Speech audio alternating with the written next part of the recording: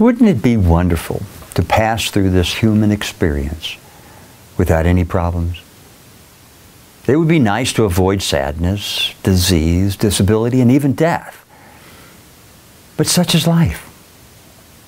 None of us is immune. At some point, we'll all endure these seemingly negative experiences. The question becomes, are they really negative experiences? When adversity comes our way, how we respond to that difficulty is much more important than what has happened to us. It's our responsibility.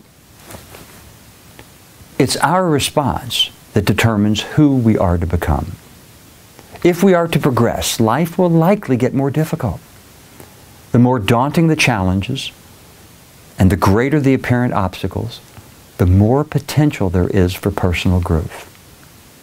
From the ancient mystical text of Judaism called the Kabbalah, it is said, the falls of our life provide us the energy to propel us to a much higher level.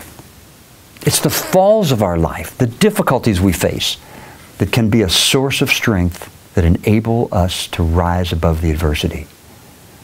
When faced with a seemingly overwhelming challenge, doubt might enter the mind, replacing confidence.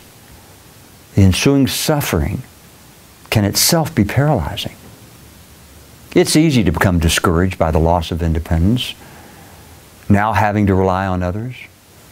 It's easy to understand the indignity one might feel, mourning the forfeiture of control over life.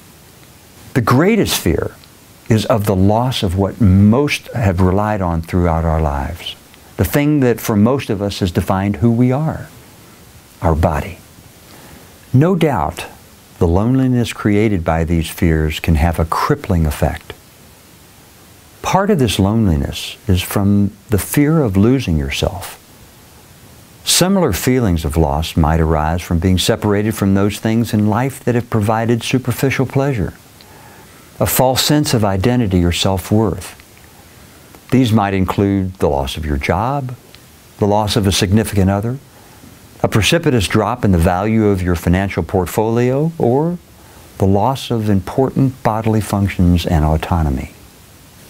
Albert Einstein once said, "In the middle of every difficulty lies opportunity." Many problems aren't problems at all, they're just challenges whose solutions have yet to be realized. This next concept is a difficult one for many to embrace. Our body is really not ours anyway. It's on loan from the universe.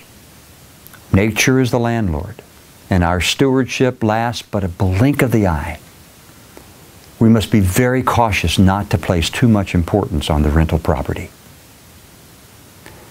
Inside of us, there are really two beings. One is the ego, the other is our spiritual self.